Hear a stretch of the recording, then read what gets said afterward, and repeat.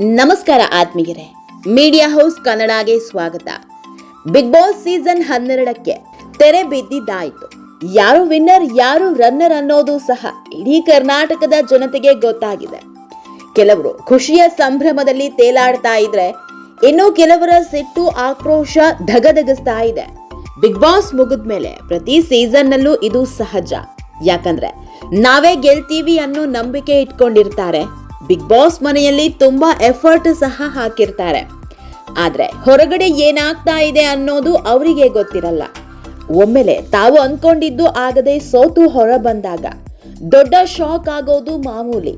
ಇಂತಹದ್ದೇ ಶಾಕ್ ಈಗ ಅಶ್ವಿನಿ ಗೌಡಗೂ ಆಗಿದೆ. ಅಶ್ವಿನಿ ಗೌಡಗೆ ತಾವು ಬಿಗ್ ಬಾಸ್ ಗೆದ್ದೇ ಗೆಲ್ತೀವಿ ಅನ್ನೋ ನಂಬಿಕೆ ಇತ್ತು. ಯಾಕಂದ್ರೆ ಅಶ್ವಿನಿ ಗೌಡ ಆ ಮಟ್ಟಿಗೆ ಬಿಗ್ ಬಾಸ್ ಮನೆಯಲ್ಲಿ ಅಬ್ಬರಿಸಿದ್ರು. ಬಹುಶಃ ಇಡೀ ಮನೆಯವರನ್ನ ಎದುರು ಹಾಕೊಂಡವರು ಅಂದ್ರೆ ಅದು ಅಶ್ವಿನಿ ಗೌಡ ಮಾತ್ರ ಅನ್ಸುತ್ತೆ. ಯಾರಿಗೂ ಕ್ಯಾರೆ ಮಾಡ್ತಾ ಇರ್ಲಿಲ್ಲ. ಅದ್ರಲ್ಲೂ ತಮ್ಮ ಸುದ್ದಿಗೆ ಬಂದ್ರಂತೂ ಯಾರನ್ನೂ ಬಿಡ್ತಾ ಇರ್ಲಿಲ್ಲ. ಒಂಥರ ಬಿಗ್ ಬಾಸ್ ಮನೆಯಲ್ಲಿ ಲೇಡಿ ರ್ಯಾಂಬೋ ರೀತಿ ಇದ್ರು. ನಿಜ ಹೇಳಬೇಕು ಅಂದ್ರೆ ಅಶ್ವಿನಿ ಇದ್ದಿದ್ರಿಂದಲೇ ಗಿಲ್ಲಿ ಹಾಗೂ ರಕ್ಷಿತಾಗೆ ಹೈಪ್ ಸಿಕ್ಕಿದ್ದು. ಆದ್ರೆ ಇದನ್ನ ಅಶ್ವಿನಿ ಅರ್ಥ ಮಾಡ್ಕೊಳ್ಳೋದ್ರಲ್ಲಿ ಸೋತ್ ಹೋದ್ರು. ಅಶ್ವಿನಿ ಗಿಲ್ಲಿ ಹಾಗೂ ರಕ್ಷಿತಾ ಅವರ ಜುಗಲ್ಬಂದಿಯಲ್ಲಿ ಗಿಲ್ಲಿ ಹಾಗೂ ರಕ್ಷಿತಾಗೆ ಪ್ಲಸ್ ಆದ್ರೆ ಅಶ್ವಿನಿ ಗೌಡಗೆ ನೆಗೆಟಿವ್ ಆಯಿತು. ಇದೇ ಕಾರಣಕ್ಕೆ ಇವತ್ತು 3ನೇ ಸ್ಥಾನದಲ್ಲಿ ಕೂರಬೇಕಾಯಿತು. ಬಿಗ್ ಬಾಸ್ ಮನೆಯಿಂದ ಹೊರ ಬಂದಿರೋ ಅಶ್ವಿನಿ ತುಂಬಾ ಸಿಟ್ಟಾದಂತೆ ಕಾಣ್ತಾ ಇದ್ದಾರೆ. ತಾವು ಕಟ್ಕೊಂಡಿದ್ದ ಕನಸಿನ ಗೋಪುರ ಎಲ್ಲೋ ಅಲುಗಾಡಿ ಹೋಯ್ತೇನೋ ಅಂತ ತುಂಬಾ ಬೇಸರದಲ್ಲಿದ್ದಾರೆ. ಇದೇ ಬೇಸರದಲ್ಲಿ ಗಿಲ್ಲಿ ಬಗ್ಗೆ ಒಂದಿಷ್ಟು ಆಕ್ರೋಶದ ಮಾತನ್ನು ಆಡಿದ್ದಾರೆ. ಗಿಲ್ಲಿಯ ಮುಖವಾಡದ ಆಟದ ಬಗ್ಗೆ ಡೈರೆಕ್ಟ್ ಆಗಿ ಮಾತನಾಡಿದ್ದಾರೆ.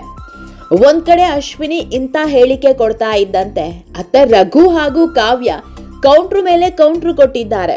ಇದೆಲ್ಲದ್ರ ಬಗ್ಗೆ ಇವತ್ತಿನ ವಿಡಿಯೋದಲ್ಲಿ ಹೇಳ್ತಾ ಹೋಗ್ತೀವಿ. ಅದಕ್ಕೂ ಮೊದಲು ನೀವಿನ್ನೂ ನಮ್ಮ ಚಾನೆಲ್ನ ಸಬ್ಸ್ಕ್ರೈಬ್ ಮಾಡಿಲ್ಲ ಅಂದ್ರೆ ಮಿಸ್ ಮಾಡಬೇಡಿ, ಈಗಲೇ ಸಬ್ಸ್ಕ್ರೈಬ್ ಮಾಡಿ. ಈ ವಿಡಿಯೋನ ಕೊನೆವರೆಗೂ ನೋಡಿ, ನಿಮ್ಮ ಅನಿಸಿಕೆಗಳನ್ನ ಕಾಮೆಂಟ್ ಮಾಡಿ.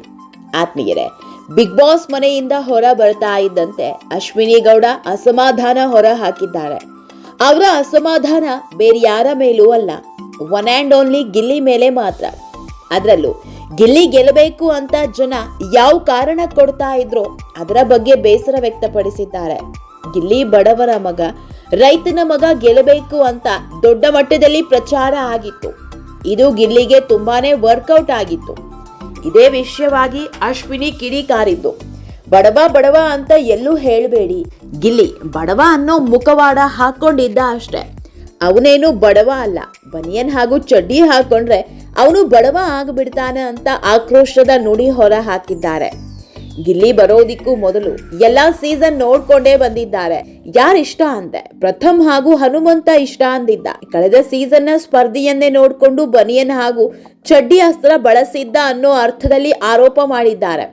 ಇನ್ನೊಂದ್ ಕಡೆ ಧ್ರುವಂತ್ ಕೂಡ ತುಂಬಾನೇ ಸಿಟ್ಟಿಗೆದ್ದಿದ್ದಾರೆ. ಈ ಬಾರಿಯ ಬಿಗ್ ಬಾಸ್ ನಲ್ಲಿ ನಾನೇ ಗೆಲ್ಲೋದು ಅಂದ್ಕೊಂಡಿದ್ದೆ, ಆದ್ರೆ ಹೊರಗಡೆ ಬಂದ ಮೇಲೆ ಗೊತ್ತಾಗಿದ್ದು ಇಷ್ಟು ಕೆಟ್ಟದಾಗಿ ಮೆಸೇಜ್ ಮಾಡೋರು ಇದ್ದಾರೆ ಅಂತ. ಸುದೀಪ್ ಸರ್ ಅವರನ್ನು ಬಿಟ್ಟಿಲ್ಲ, ಅವರ ಬಗ್ಗೆಯೂ ಮಾತನಾಡಿದ್ದಾರೆ ಅಂತ ಆಕ್ರೋಶ ಹೊರ ಹಾಕಿದ್ದಾರೆ. ಯಾವಾಗ ಅಶ್ವಿನಿ ಗಿಲ್ಲಿ ಮೇಲೆ ಆರೋಪಗಳ ಮೇಲೆ ಆರೋಪ ಮಾಡಿದ್ರು ಕಾವ್ಯ ಟೀಮ್ ರೊಚ್ಚಿಗೆದ್ದಿದೆ.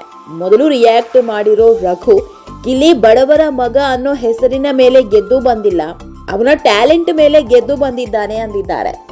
ಇನ್ನು ಸೋಷಿಯಲ್ ಮೀಡಿಯಾದಲ್ಲಿ ಪೋಸ್ಟ್ ಒಂದನ್ನ ಹಾಕಿರೋ ಕಾವ್ಯ, ಬಡವರ ಮಕ್ಕಳು ಬೆಳಿಬೇಕು ಕಣ್ರಯ್ಯ, ಹೇಗಿಲ್ಲಿ ಕಂಗ್ರ್ಯಾಚುಲೇಷನ್ ಕಣೋ, ಆರ್ ಯು ಡಿಸರ್ವ್ ಇಟ್, ಆದಷ್ಟು ಬೇಗ ಆಕ್ಷನ್ ಕಟ್ ಹೇಳುವಂತಾಗ್ಲಿ ಅಂತ ಶುಭ ಹಾರೈಸಿದ್ದಾರೆ. ಇನ್ನು ಇದೇ ವಿಷಯವಾಗಿ ಗಿಲ್ಲಿ ಕೂಡ ಮಾತನಾಡಿದ್ದು, ಅಶ್ವಿನಿ ಮೇಡಮ್ ಏನ್ ಮಾತನಾಡಿದ್ದಾರೋ ಗೊತ್ತಿಲ್ಲ, ಒಂದು ವೇಳೆ ಹಾಗೆ ಹೇಳಿದ್ದಾದ್ರೆ ನಾನೇನು ಬಡವನ ಮಗ ಅಂತ ಹೇಳ್ಕೊಂಡಿಲ್ಲ, ಬಡವ ಅಂತಾನು ತೋರಿಸ್ಕೊಂಡಿಲ್ಲ, ಬನಿಯನ್ ಹಾಗೂ ಚಡ್ಡಿ ಹಾಕೋದೇ ತಪ್ಪ ಅಂತ ಬೇಸರ ವ್ಯಕ್ತಪಡಿಸಿದ್ದಾರೆ. ಒಟ್ನಲ್ಲಿ ಬಿಗ್ ಬಾಸ್ ಟ್ರೋಫಿ ಗೆಲ್ತೀನಿ ಅಂತ ಕನಸು ಕಂಡಿದ್ದ ಅಶ್ವಿನಿಗೆ ನಿಜಕ್ಕೂ ಬೇಸರ ಆಗಿರೋದಂತೂ ಸುಳ್ಳಲ್ಲ. ಆತ್ಮೀಯರೇ, ಈ ಬಗ್ಗೆ ನೀವು ಏನ್ ಹೇಳ್ತೀರಾ ಅನ್ನೋದನ್ನ ಕಾಮೆಂಟ್ ಮೂಲಕ ನಮಗ್ ತಿಳಿಸಿ. ನಮ್ಮ ಚಾನೆಲ್ನ ಸಬ್ಸ್ಕ್ರೈಬ್ ಮಾಡೋದನ್ನ